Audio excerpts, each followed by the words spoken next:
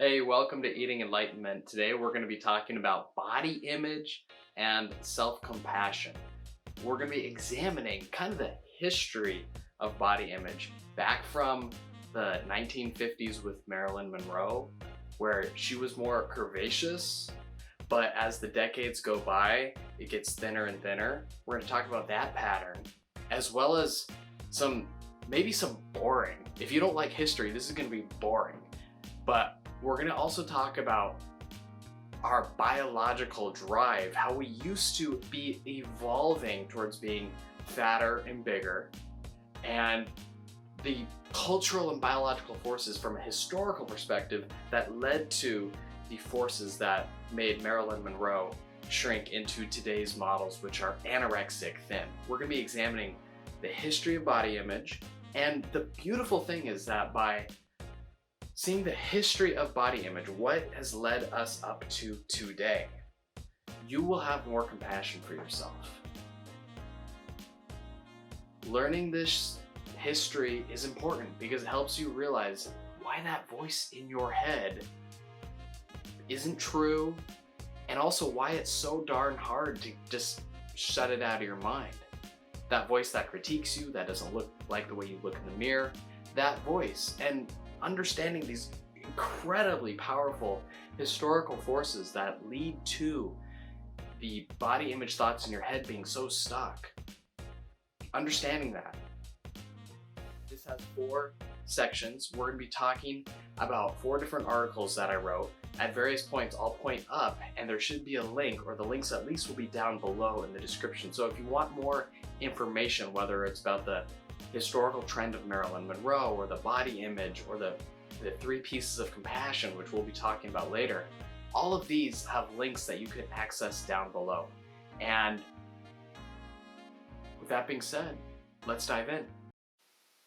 And also, I am fully aware I'm a thin, white male, pretty privileged, and I just want to say that when I use the word fat, it's just a descriptor. I've talked with people in the health at every size community that feel that fat is a neutral descriptor. Because I'm writing to educate people just about the health at every size movements, eating enlightenment, which I'm calling, I just use the term fat. It's not coming from any sort of malintentioned place. So with that being said, let's continue on learning about body image and self-compassion. When we start talking about body image and self-compassion, we can take a look at this image here. If you're listening on the podcast, this image starts with the beauty standard of the time, and then decade by decade, it shows another picture of a woman. And in the beginning, in the 1950s, the body image, the model, Marilyn Monroe, she's a bit more curvy. She has a bit more fat on her. Then decade by decade, you can see the model's getting progressively thinner and thinner to where we are today, which is that models are ridiculously thin.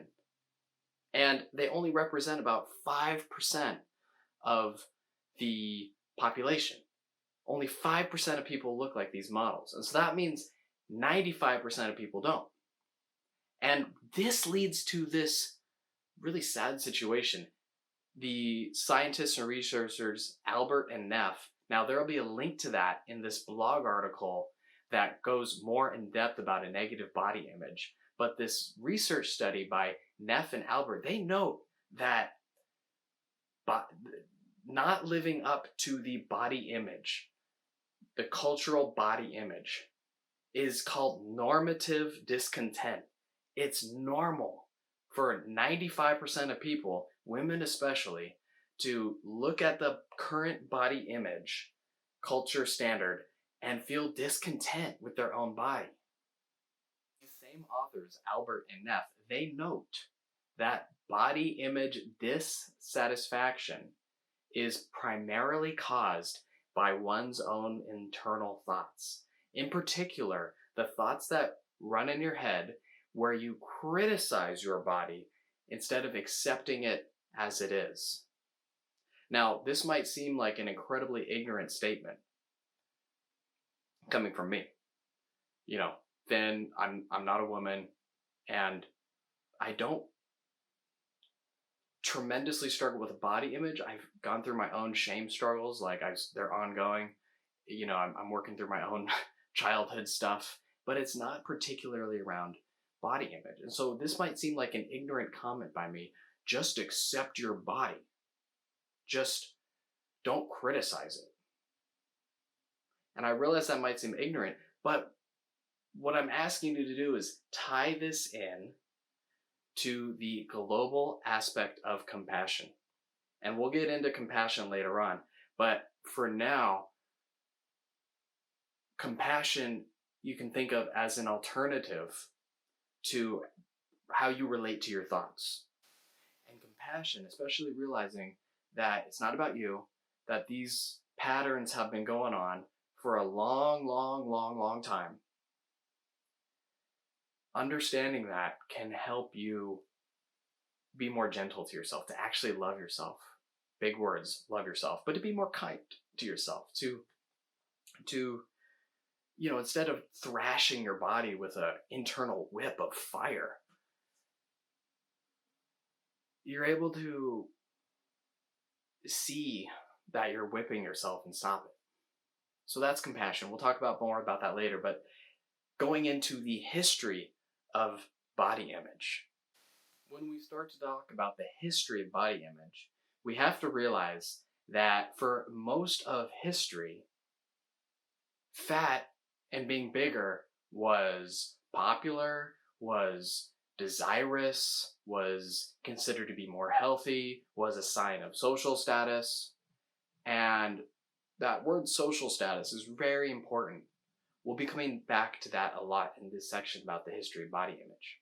I also want to give a lot of shout out to Christy Harrison's book, Anti-Diet. This highly informed my view of how these body image forces have been playing out for hundreds of years. For thousands of years, fat is good. The two big causes that made people die, like 10,000 years ago or whatever, longer than that even, two causes of death: childbirth and starvation. Guess what happens if you have more fat? You tend to deliver babies and live through the experience, and you don't starve to death. So, I mean, being fat was a huge advantage. Huge advantage. So fat was like awesome for so long. And then for some reason things started changing. And what's up with that? Okay, so to understand a brief snapshot of this, we're gonna dial back in to the colonizers. So white people, basically, let's be real, colonized a shit ton of indigenous populations. Enslavement, brutality, you know, it's a thing. And so back then, when all this when all these colonizers were going around to Africa, to South America, everywhere, and basically taking over, people, they have a way of justifying their takeover. So, and whenever there's a war, you know, there's so much propaganda. And that propaganda helps you see the other person as the enemy, helps humans categorize people in good or bad. And so these forces are at play when colonizers begin taking over. And one of the ways you can see someone as inferior is by critiquing their food. Now, back then, the major theme was, the major way people saw Native American populations was as they needed to be converted to Christ, right? That was another reason that helped justify taking over, because they need to have Christ. So religion can be used as a tool to help justify invasion, colonization. And the same thing with food. When certain foods are deemed bad and other foods are deemed good, It's one way to justify saying basically you are what you eat. And back then, people literally believed it. So if you had dark skin, it was because you were eating black beans. If you had white skin, it was because you were drinking milk. And so one of the ways that colonizers used to basically oppress the native populations was to call their food good and the other food bad. This is one example of a cultural force that helps separate people based on food. See, this stuff gets complex, right? Like, that's why I love learning about this. It's because so much of our fat shame today is not about health. It's really about social status. And we'll continue to explore this. But first we're gonna start talking about the scientific revolution, which basically changed everything. The scientific revolution that basically changed everything started occurring around 400 years ago, we'll say roughly. Maybe 200 years ago, 300 years ago, somewhere in that ballpark. And what happens when science becomes popularized is that people start living a lot longer. This is the fundamental change. It's called the Industrial Revolution. When people started living longer, meaning we were curing diseases, we had irrigation systems, we had so many societal transformations that enabled people to live longer, all of a sudden, two things. One, we didn't need fat as much to survive. And number two, there became people who didn't work with their hands. We had an aristocracy. We had specialized talent. So instead of people hunting all the time or using their body very actively, we had people who sewed or artists. So there became a whole class of people, tons of people in society that didn't need to use their bodies as much to work. And fat was not needed as much to survive. Now, we have to take that understanding that fat and society were changing because of science and technology. Take that information, and then we have to put it in context of social dynamics and status. So, back then, there were kings. Back in those days, there were kings, and they were pretty much white guys. And so, kings with all their power, they're not working in the field. They don't need a ton of fat, and fat is no longer as necessary. And so one way they can keep their power, one of these tools, is to say that fat is bad. Because they're men, they don't need as much fat to survive childbirth anyways. There's less of a need for fat because they don't even work. And the whole societal perception of fat is changing. So these guys can intentionally, unintentionally, a mixture of both. There's these cultural forces that basically are used to put people down. If you are fat, you are inferior. This idea goes back hundreds of years. Hundreds of years, this goes back. And so these are the cultural forces that really shaped body image. And we're going to keep on examining them in a little bit more closer detail, starting in the 1860s. In 1860, there was a doctor named William Banting, and he was overweight, and he lost a lot of weight. Now, we have to realize that 5% of people who intentionally lose weight, they lose weight and keep it off. 5% of people. And that's the 5% you always hear about. William Banting was one of them.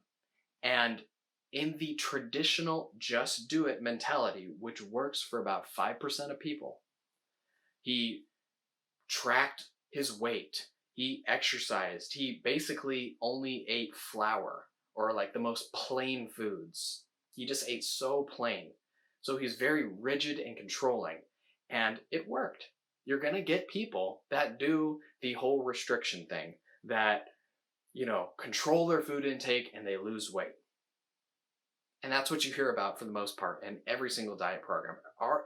are the success stories that in many cases are real, but you never hear about the 95% of people that try to control their food intake, cut back, eat less. That doesn't work for 95% of people. And so William Banting popularized the idea of weight loss. And this was something that became popular again because of technology. See, back then, people didn't have scales. You know, when you go into your bathroom and you step on the scale, back then, people didn't have that. But the penny scale was invented around in the 1850s. So William Banting, he loses a lot of weight, and then this new technology comes around that allows people to weigh themselves every day at home. Instead of, they did have scales back then, but they were more for cows and they were only at large farms. And so you really couldn't weigh yourself. You couldn't keep track the way William did. I think William, I'm actually not quite sure why he had access to a scale. But anyways, he did have access to a scale, probably because he was a doctor. Oh yeah, healthcare facilities. Healthcare facilities had weight trackers, but not at your home. So the penny scale becomes popularized. William is now losing weight and saying, hey, if you weigh yourself and you control your food, and you'll lose weight. And this idea that losing weight was good was planted. That seed was planted hundreds of years ago with the white kings who were saying, our food is good, that's why we're skinny, and their food is bad, and that's why they need to be oppressed. See how complex this stuff is? It's crazy complex, and it's okay to be confused. There's a lot of moving parts right here, and it's hard to grasp it all. Now, again, this does tie back into compassion, which we will talk about in a little bit. But for now, I hope you can see that this thing to be thin was more of a cultural thing about status. Back then, they weren't talking about fat in terms of health. They were talking about in terms of character. They weren't saying it was because you were going to have a heart attack. It was saying fat was a sign you were lazy. If you're lazy, then we can oppress you. There are reasons. You know, you hear that argument these days that poor people are lazy. And isn't that an argument to oppress poor people? Right? Same thing. Fat people are lazy. It's an argument used to maintain power. It's a moral argument. And it's not true, especially back then, when they weren't even talking about fat in terms of health. They were only using fat to justify sort of oppression. So America loves weight loss. It's, individual, work hard, achieve your dreams, do it on your own, take full responsibility, American dream. So William Banting, he makes this pamphlet, and it goes nuts. It goes everywhere. And then back then, too, in the 1920s, print media became way more widespread. Magazines started going everywhere. Booklets started being printed and mailed out. And back then, that's when the women's liberation was really getting started. And so women were starting to exert more political power, and this Gibson girl comes up, starts showing up on all these magazines. And in alignment with that American spirit and women gaining more political power, this Gibson girl comes along and says, hey, look like this. You have the freedom to look like this. A thin hourglass figure. So women, they're like, okay, like we're free now. I'm paraphrasing a lot, by the way. I'm paraphrasing a lot. But they say, okay, we're free now. Like I can achieve this. And this was, of course, this hourglass figure. The hourglass figure that was being used to justify being thinny from being thin, skinny and thin, being thin from a power struggle perspective. It had nothing to do with health. It was purely a social status thing. And so, because fat was a social status thing, it wasn't about health, people started wanting to lose weight. It was like popular. It was popular. And then science got on board. And then science started saying, being fat is bad. Blah, blah, blah, blah, blah, blah, blah, blah, blah. And this is not to say, this is where people get confused about health at every size.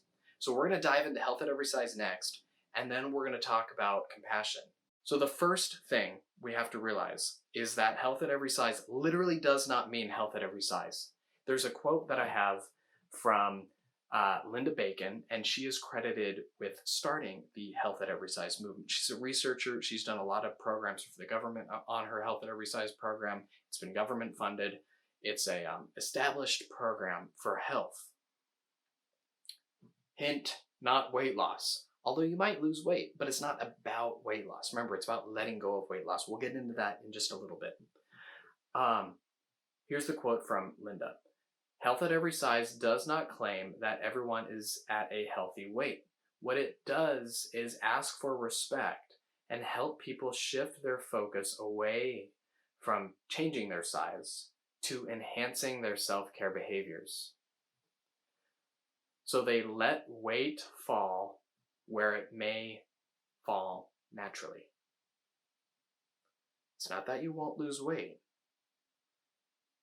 but it's that we shift the focus to action. We shift the focus away from quantity of weight lost, right? Normally that's how you measure success, quantity of weight. I lost 100 pounds. I lost 150 pounds. More is better, right? That's the mentality of weight loss. More is better. We're shifting that's quantity. We're shifting it to quality. How do your actions make you feel? How does it connect with you? And by doing this, you will become healthier. You will become happier, more energetic. You'll love yourself more. You'll live a better life, 100% guaranteed. 100%. Learning these skills make your life richer and more pleasant, and you're just a better human being. And you're just more loving towards life and everything. And the reason is because you're not obsessed with weight loss. But here's the key thing, is that health at every size, what are they supposed to call it? If you're thinking that health at every size promotes obesity, first realize that the founder herself says that health at every size is not literally saying health at every size. Listen, my perspective is that health at every size is a slogan that caught on. It got people talking about it, but it's just a slogan. Like, don't take it seriously. Okay, there's more depth than a slogan, right? It's just a slogan to get the conversation started. It's a good slogan and probably the best they could do, because what are you supposed to name your slogan? Like, health at every size for 95% of people? Like, you just call it health at every size, get the conversation started, and don't take it literally. Now let's also talk about why fat isn't as bad as you think. Take a look at this image right here. This is a common problem in statistics, is when you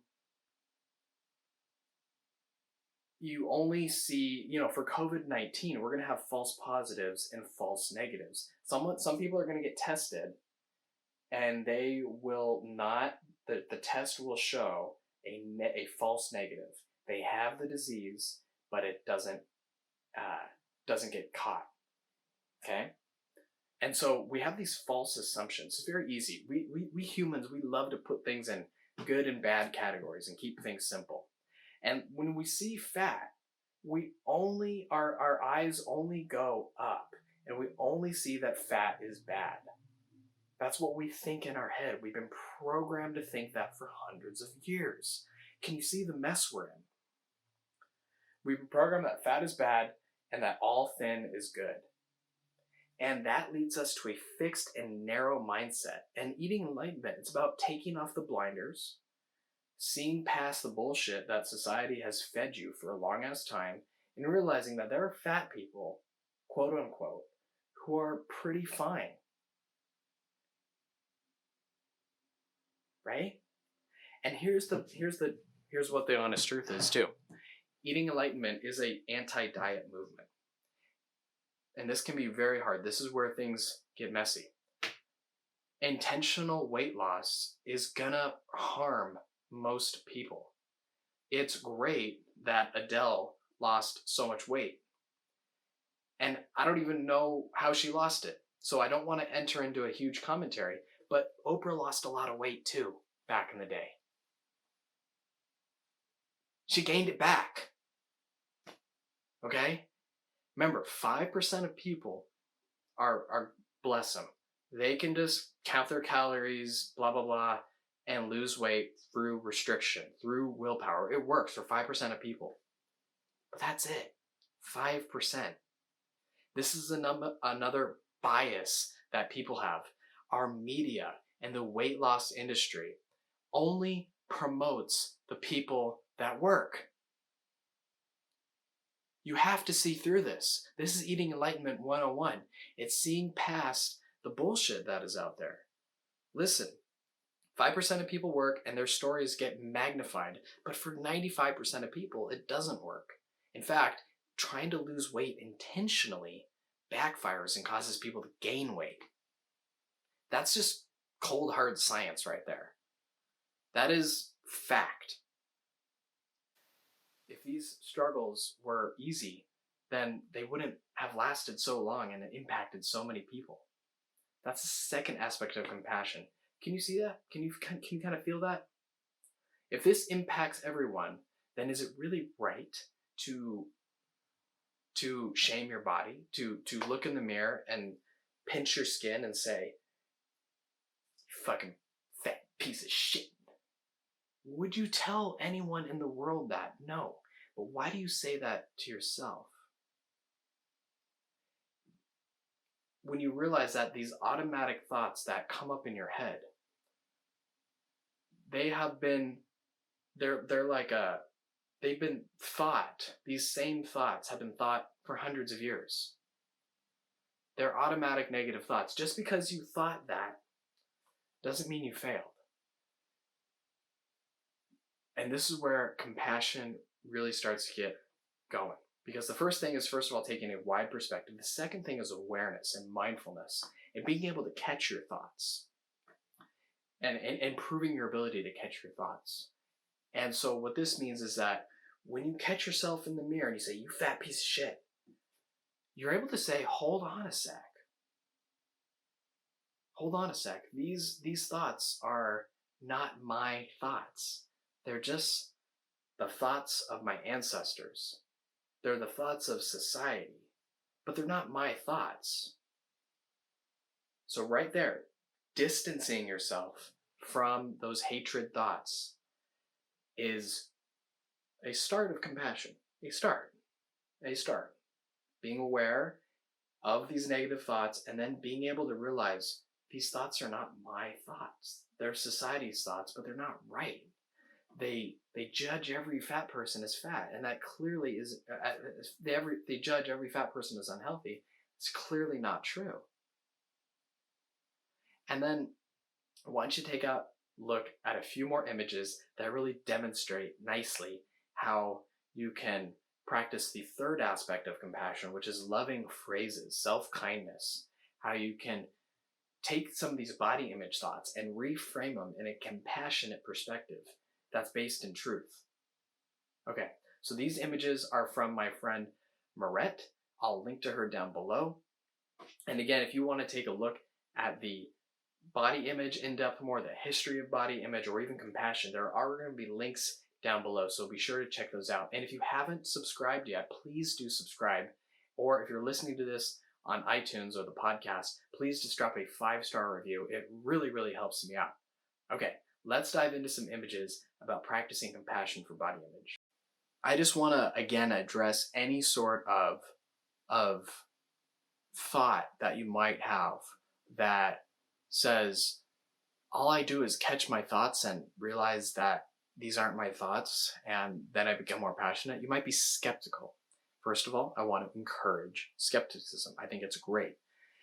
So be skeptical and try it out for yourself. Keep an open mind and just see if that when you stand in the mirror, you can perhaps catch some thoughts and practice switching your thoughts, to be a different way. Now, sometimes people might overestimate the impact this will have. And they might doubt. They might say, well, that's good, but not very good. It doesn't really help solve my problems. And so I just want to share with you that I've struggled with shame for years. And compassion has it has enabled me to transform my relationship with shame. It has truly helped me shift, and it's taken a damn long time to learn it. It's taken a lot of practice. And you practice by being gentle with yourself when you fail. That's how you practice compassion. If you think about going to the gym and lifting weights to get stronger, well, you're going to get stronger with compassion when you practice when you fail.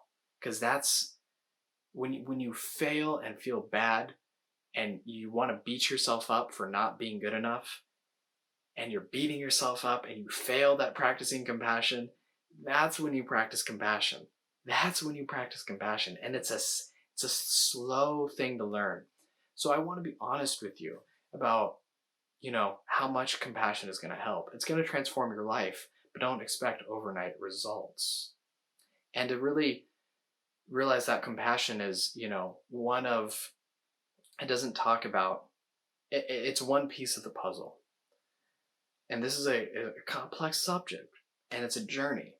And hopefully you can take elements of this and connect with it. Like, that's the thing, you connect with it, and because compassion is just the better way. It's just better. It doesn't take any energy. It's the better way to practice. It's a better way to live. That's why you'll do it, because it's a better way to live. It's in alignment with truth and love and soul. That's why compassion works. It's not about weight loss. It's about that soul stuff. Okay, so let's go on to the images that from my friend Maria.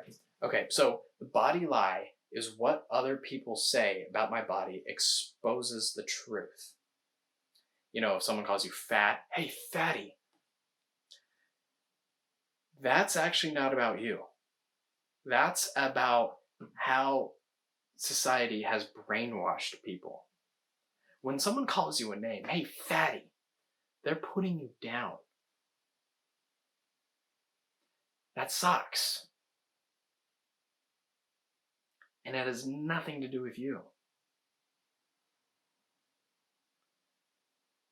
It just shows that that person has been trained by society that fat people are immoral. And so he's putting you down.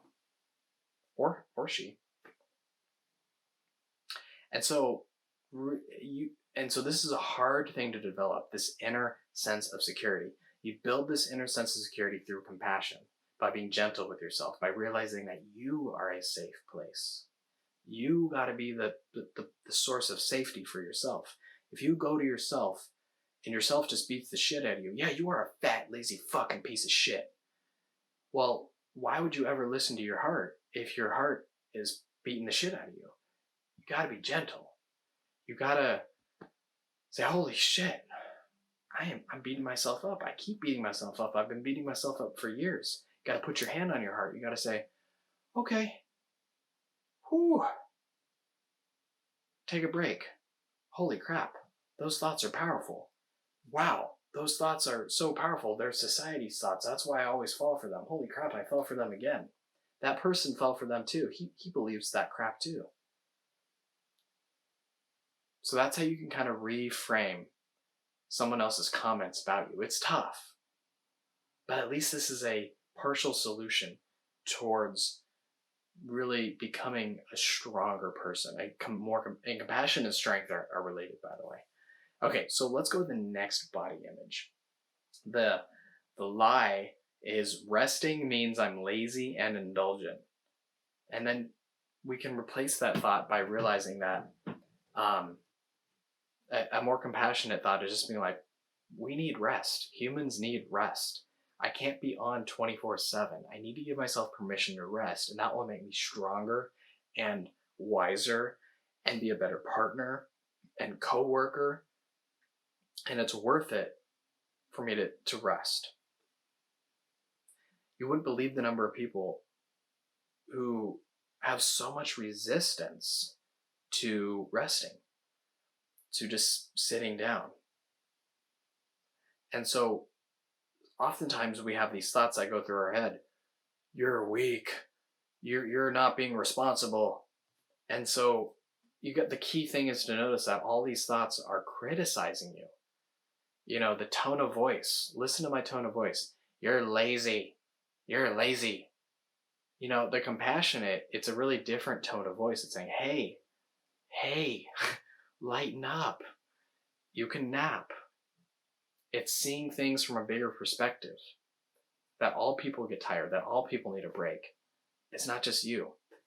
And so this is going to wrap up our segment on body image and self-compassion. We are going to be having a live training soon. It's going to be hopefully broadcasted on the YouTube channel for subscribers and within the Facebook group, the Eating Enlightenment Facebook group, as well as be accessible on Zoom. So if you just want to sign up on Facebook or YouTube or go to the email list, I'll be doing some live trainings. And so I'll also be doing weekly yoga trainings as well. That'll start up pretty soon. I'm very excited about that.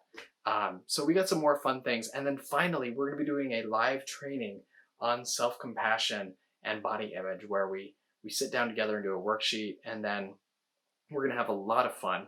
So that date will be announced to the email list and the communities coming up. So just be sure to subscribe, or again, leave that rating if you're listening on iTunes. Thank you so much for your time.